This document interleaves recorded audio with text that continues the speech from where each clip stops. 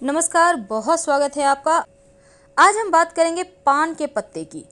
जीवन के बड़े से बड़े कर्जों की समस्या से मुक्ति दिलाता है, धन की मुश्किलों से बाहर निकालता है ये पान का पत्ता। आज हम जादुई और तांत्रिक प्रयोग बताएंगे जो आप अपने घर में ही कर सकते हैं, पास के मंदिर में जाकर भी कर सकते हैं। आप महिला हैं, पुरुष हैं, हर कोई ये उपाय कर सकता है।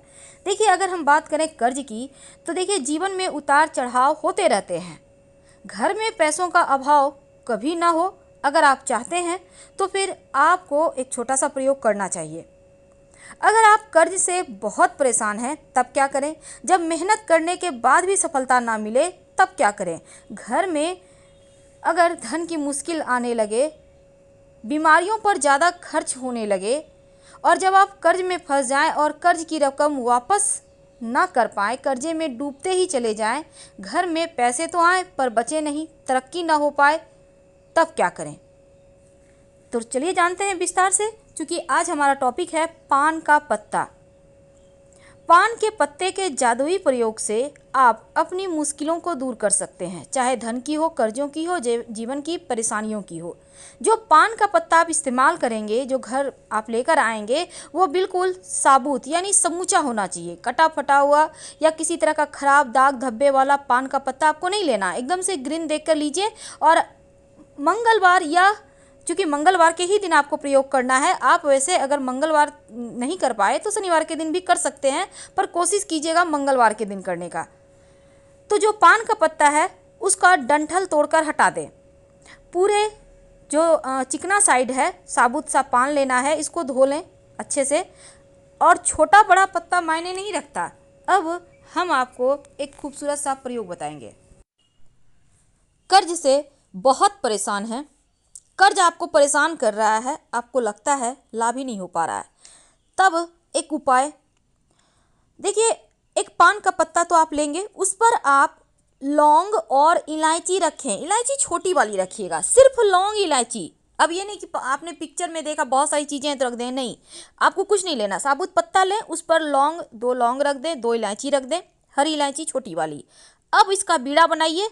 मंगलवार की शाम हनुमान जी के मंदिर जाइए। आपको कुछ लेकर नहीं जाना, सिर्फ पान का बीड़ा लेके जाना है। और आप जाकर लगातार 3 महीने तक हनुमान जी के चरणों में अर्पित करना शुरू कर दें ये पान का बीड़ा। आप देखिएगा, कर्ज चुकने के रास्ते नहीं बन पा रहे थे तो अब इन 3 महीनों में ही कर्ज चुकाने के रास्ते बन जाएंगे और धीरे धीरे आप कर्जों से मुक्त हो जाएंगे। एक उपाय तो ये हो गया। अब एक और उपाय, ये उपाय बहुत खूबसूरत है और ये सिर्फ कर्ज का ही समस्या समाप्त नहीं करता, बल्कि आपके जीवन की बड़ी से बड़ी परेशानी को भी समाप्त कर देगा। अब बड़ी से बड़ी परेशानी मतलब जैसे होता है ना, कर्ज तो आप फंसे हुए हैं, ठीक है। कभी कभी क्या होता है, अपना मकान नहीं बना पा रहे हैं, कभी लगता है नौकरी में प्रमोशन नहीं हो पा रहा, बेटी का शादी फाइनल नहीं हो पा रहा है, जॉब नहीं मिल पा रहा है, बच्चे हैं। अब यहाँ पर हर कोई ना कोई तरीके से परेशान है। तब एक सिंपल सा काम करें, आप मंगलवार के दिन ही ये उपाय कीजिए, या अगर आप मंगलवार को नहीं कर पाते हैं तो शनिवार के दिन कीजिएगा। क्या करेंगे? एक पान का पत्ता सुंदर सा लीजिए। अब इस पान के पत्ते को चिकना जो साइड है, ऊपर वाला साइड, उसको नीचे कर दें और रूखा साइड ऊपर करें। इस पर 2 फूल वाली लौंग यानी एकदम से साबुत लौंग लेना है, सुंदर सा देख के लीजिए। अब दोनों हाथों से बहते हुए जल में प्रवाहित कर दें। प्रार्थना करें तो आपके काम में जो रुकावटें हैं, नौकरी प्राप्त करने में रुकावटें हैं, घर बनाने में रुकावटें हैं, विवाह होने में रुकावटें हैं, तो तमाम रुकावटें समाप्त हो जाएगी और पान के पत्ते के साथ आपकी परेशानी बह जाएगी। आप देखिएगा, ये उपाय करने के 2 से 3 महीने के अंदर ही आपके काम की रुकावटें समाप्त हो जाएगी और आपको सफलता मिलने लगेगी।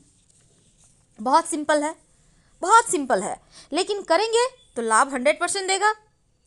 अब एक और चीज़ होता है, कभी कभी क्या होता है ना, कर्ज की समस्या में आप फंस गए हैं, अब यहाँ से बाहर नहीं निकल पा रहे हैं, तब आप कोई भी एक उपाय कर सकते हैं। आप चाहे तो टोटल उपाय कर लीजिएगा, कोई दिक्कत नहीं है, क्योंकि हनुमान जी हर चीज़ से प्रसन्न है। लेकिन आपको टोटके इसलिए करना है कि ग्रहों में जो बाधाएं हैं वो बाधाएं समाप्त हो जाए और आपके ऊपर कृपा बरसे भगवान की। तो जब कर्ज की मुक्ति के लिए आपको एक खास प्रयोग आप कर सकते हैं। ये प्रयोग आपको मंगलवार की रात करना है। अब इस दिन आप चाहें तो कम से कम लहसुन प्याज मत खाइएगा, सात्विक भोजन करें। मंगलवार की रात स्नान वगैरह करके फ्रेश कपड़े पहन लें। अब हनुमान जी के सामने बैठे एक घी का दिया जलाएं, उसमें 2 लौंग डाल दें। अब मंगलवार की रात 11 से 1 के बीच ये प्रयोग कीजिएगा। अब ये दीपक में जब आप लौंग डालिए, उसके बाद बैठ जाइए वहीं पर आराम से 11 बार हनुमान चालीसा का पाठ करें। संभव हो तो नमक मत खाइएगा, कोई दिक्कत नहीं है, नमक नहीं भी खाएंगे एक दिन तो चलेगा, स्वास्थ्य के लिए भी अच्छा है। आप ये प्रयोग लगातार कुछ दिनों तक करें, कम से कम 3 महीने तो जरूर करें, नियमित रूप से करें। कर्ज से छुटकारा मिल जाएगा।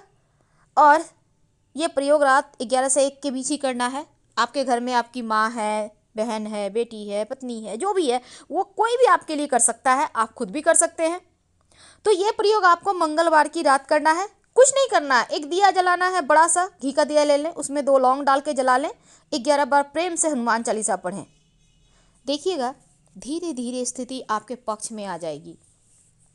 अब एक ऐसा प्रयोग जिसका कोई काठ ही नहीं है, क्या करेंगे?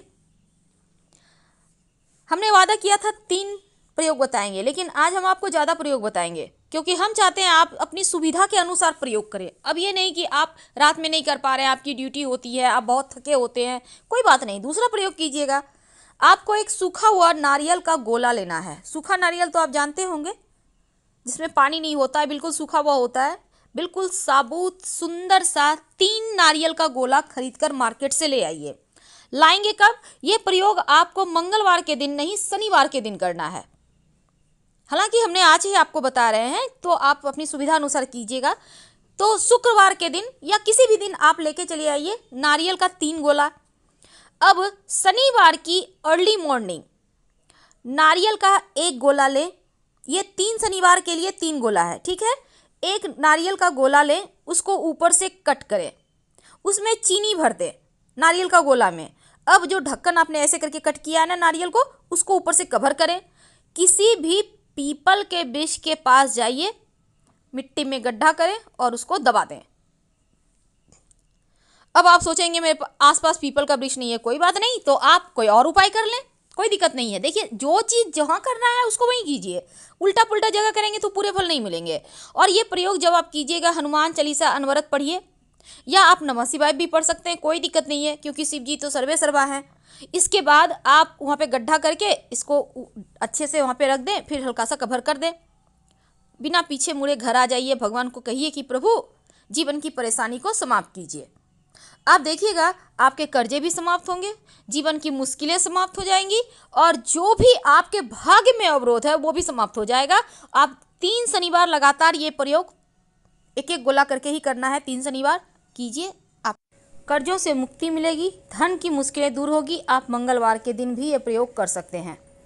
एक और छोटा सा प्रयोग जो आपके जीवन के मुश्किलों को दूर करेगा। क्या करेंगे? आज रात यानी मंगलवार की रात आप 11 से 1 के बीच ये प्रयोग करना है। स्नान वगैरह करके फ्रेश कपड़े पहन लें, बस सफ़ेद और काला रंग कपड़ा नहीं पहनना है। अपने घर में ही हनुमान जी के तस्वीर के सामने बैठ जाएं, एक घी का या सरसों के तेल का दीपक जलाएं। अगर आपकी कोई विशेष मनोकामना है तो 2 लौंग डाल दीजिए इस दीपक में। अब 11 बार हनुमान चालीसा का पाठ कीजिए अपने घर के पूजा स्थान पे, जहाँ आपने दीपक जलाया है, भगवान जी के सामने बैठकर। कोशिश करिए कि आप नमक ना खाएं और ये प्रयोग आपको लगातार कम से कम 3 मंगलवार करना है। और कोशिश करना है कि नमक ना खाएं। अगर नमक खा भी लें तो कम से कम लहसुन प्याज का सेवन मत कीजिएगा। आपको बड़े से बड़े कर्जों से छुटकारा मिल जाएगा। और ये प्रयोग अगर आप 3 मंगलवार करते हैं या फिर 5 मंगलवार करते हैं तो ऐसे में आप देखिएगा धीरे धीरे धन आने लगा है, जीवन की मुश्किलें कम होने लगी है। तो ये प्रयोग आपको बस यही याद रखना है कि रात 11 से 1 के बीच करना है।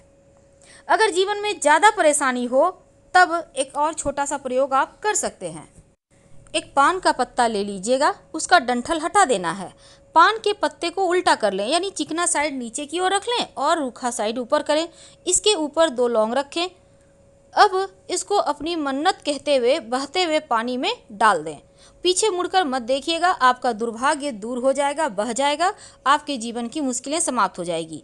अगर बहता हुआ पानी ना हो तो कहीं पीपल के नीचे रख दें या किसी मंदिर के सीढ़ी पर रख दें, पीछे मुड़कर मत देखें।